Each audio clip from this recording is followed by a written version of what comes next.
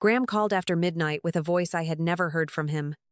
Thin, rushed, and afraid of being overheard.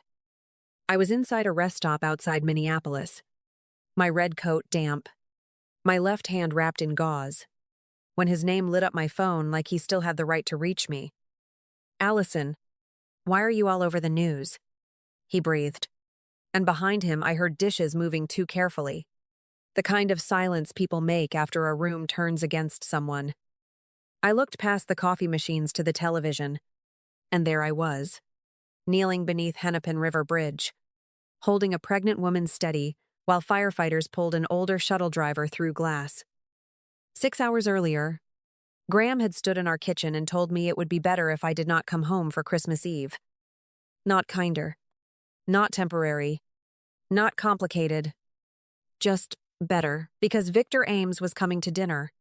Marion was coming too, and Brooke Landry would be there like a woman already promised the room.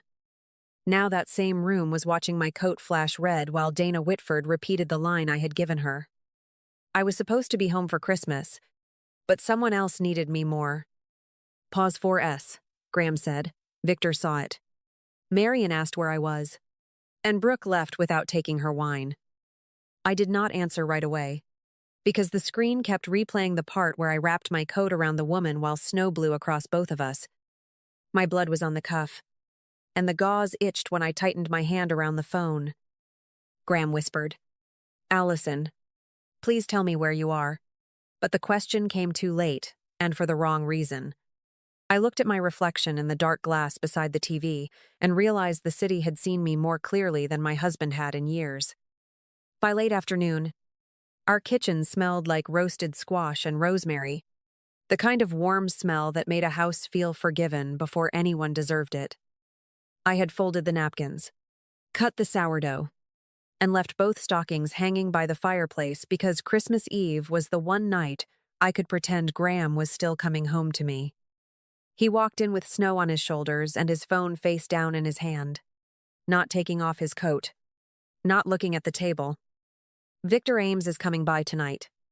Marion, too, and Brooke Landry may stop in after their vendor meeting.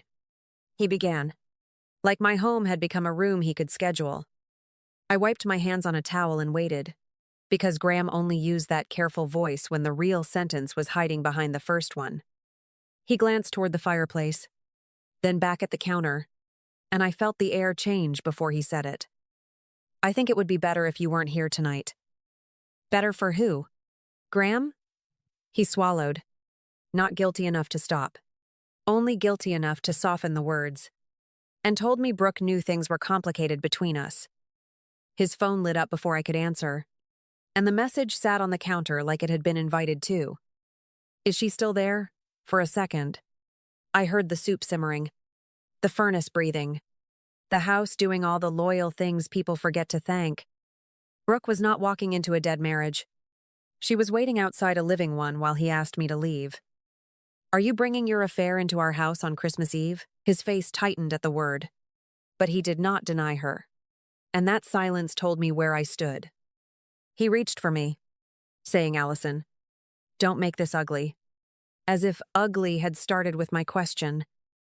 I picked up my red coat, slid my keys into my palm, and looked once at the stockings. I'll go, but don't ever tell anyone I chose this. The inn sat off the highway with yellow window lights and a wreath on every door, trying hard to look like a place people chose. I carried my overnight bag inside and signed my name while the clerk wished me a peaceful Christmas. And I almost laughed because peaceful sounded too polite for what had happened. My room smelled like pine cleaner and old heat, with a round table by the window and a plastic garland looped across the mirror. I set my keys down, opened my bag, and found the gray gloves Graham had bought me our first winter in Minnesota, folded beside a sweater like they still belonged to a woman who was expected somewhere. His text came before my coat was off. Thanks for making this easier tonight. I read it once, then again, because there was no apology hiding in those words, only relief that I had helped his evening stay clean.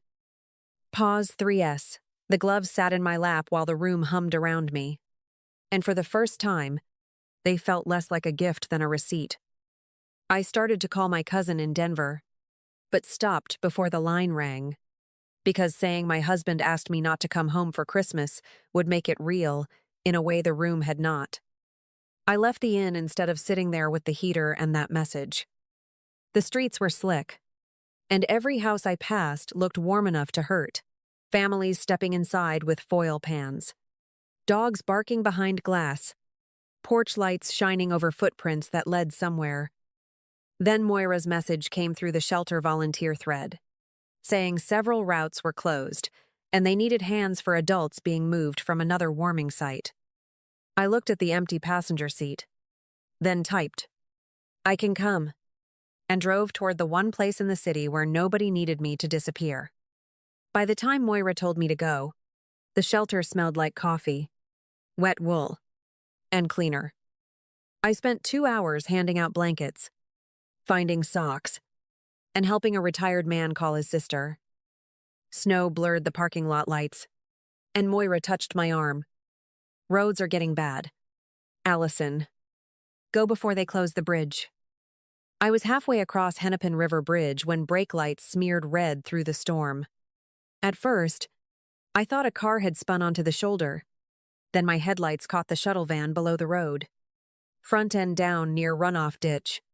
Back wheels hooked against the rail. I pulled over, hit my hazards, and called 911. Shuttle van off Hennepin River Bridge. 2 people inside. Near water. "I need rescue and medical now." The driver was older. Gray-haired. Slumped, but moving. Hand pressed to the wheel.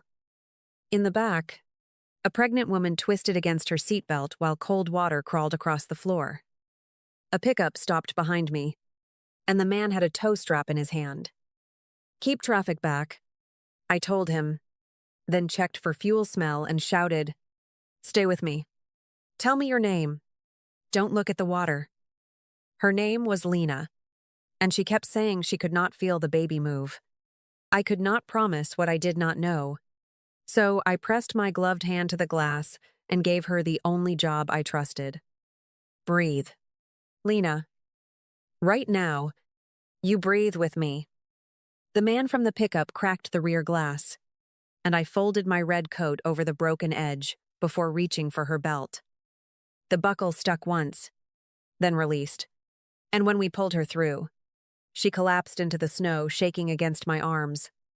The van shifted as the sirens came closer, and I went back because the driver's head had dropped sideways.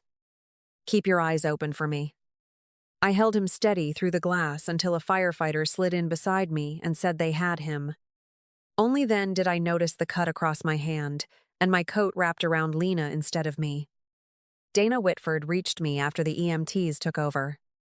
"What made you stop when conditions were this bad?" I looked at Lena on the stretcher and at the older driver under a thermal blanket. "I was supposed to be home for Christmas, but someone else needed me more." Later, Marion told me the house had gone quiet before the news ever came on. Graham had filled the glasses I polished that afternoon. Victor Ames sat near the fireplace, and Brooke Landry kept both hands around her wine like she knew warmth did not make her welcome. My stocking was still hanging beside Graham's, my name stitched in red thread above a table where I had folded every napkin. Graham told them I needed space tonight, that our marriage had been strained for a while, and that I had made other plans. Marion looked at the stocking first, then at the empty chair near the end of the table. "Other plans on Christmas Eve?" Graham gave the kind of small laugh he used when he wanted a lie to sound casual. Brooke looked down before he finished, and Marion noticed that too. The room had already begun collecting evidence against him before the television did. Victor turned up the volume when the storm report cut to breaking local news. Dana Whitford stood near Hennepin River Bridge, talking about a shuttle van, 2 adults pulled from danger, and a woman in a red coat who had stopped before first responders arrived. Then the footage filled the screen. My coat. My hands. Lena on the stretcher. The older driver under a thermal blanket. I was supposed to be home for Christmas, but someone else needed me more. Pause 5S. Marion asked. Graham, where is your wife tonight? No one reached for a fork. No one pretended the question was rude. Graham stared at the screen as if the volume might save him. But Brooke spoke first.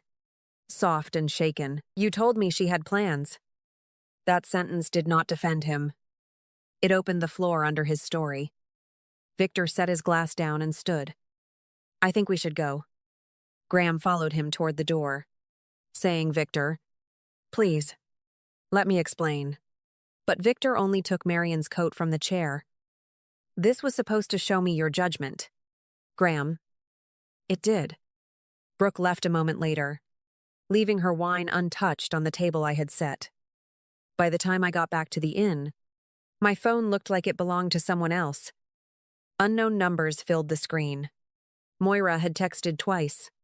Dana Whitford had left one careful message.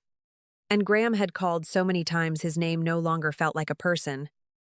I sat on the edge of the bed with my coat still gone, my bandaged hand resting on a towel, and let the room heat crawl back into my fingers. When his name appeared again, I answered because I wanted to hear which version of him would come through first. "Why are you all over the news?" That was the first thing he gave me. Not "Are you hurt?" Not "Where are you?" Not "Allison." "I am sorry." I looked at the television as the clip replayed. My sleeves dark with snow. Lena under my red coat. The older driver blinking beneath a thermal blanket. The evidence was right there on the screen. And still Graham's fear had gone to the room he lost. Not the wife bleeding in it. "Victor left," he said, breath uneven. And Marion would not even look at me. "Brooke is gone too." I heard him moving through our house, probably past the table I had set and the glasses nobody finished. "I can come get you." "No. Graham. Allison. Please. This thing with Brooke is not that simple." "Then say the simple word." He went quiet. And that pause told me more than any confession could. "Affair," I said, because distance did not sit in my kitchen and ask if I was still there. Pressure did not drink wine from glasses I polished. Complicated did not ask my husband to make Christmas Eve easier by removing me from my own home. You did not just bring her into our marriage. You asked me to leave so it would feel comfortable for both of you. Another message from Dana slid across the screen while Graham was still breathing into the phone. He heard the buzz and lowered his voice. "Please do not make me look like that kind of man." Pause 4S. I almost laughed. But I was too tired for the sound. "I do not have to make you look like anything. You left enough proof in every choice." Then I ended the call, slipped my ring onto the table beside the paper cup, and slept without waiting for anyone to open a door. By morning, Dana's article was everywhere local people looked before shoveling their driveways or warming yesterday's coffee. The headline was about the bridge, the storm, and the woman in the red coat. But the line people kept sharing was the one I had not planned. I was supposed to be home for Christmas, but someone else needed me more. Dana did not name Graham, did not name Brooke, and did not turn my marriage into a headline, which somehow made the empty space around that sentence louder. The comments started soft, then grew into a room full of strangers, telling the truth. Women wrote about holidays spent in guest rooms, parking lots, and kitchens where nobody asked why they had stopped smiling. Caregivers wrote that being useful for years could make people forget you were also human. I read until my bandaged hand ached, then put the phone down because too many people understood me too clearly. Marion's message came before noon. "Allison, I am sorry I sat at your table without knowing you had been asked to leave it." That single sentence told me the lie had not survived the night. Later, Graham told me Victor called him in after the holiday and said the regional role would not move forward. "This is not about a private mistake, Graham. This is about judgment. And last night showed me yours." Brooke's consequence came through the quiet channels people use when they do not want a public mess. Her winter safety campaign was reassigned, not because anyone printed her name, but because the brand could not put her beside family preparedness while vendor calls were already carrying the story. She kept her job. But the fast road she had been walking with Graham narrowed overnight. I did not send screenshots, make posts, or beg anyone to believe me. The news had shown my coat around Lena, blood on my sleeve, and my husband's guests had seen the chair I was not allowed to sit in. I met Dana at a coffee shop near the river 2 days later.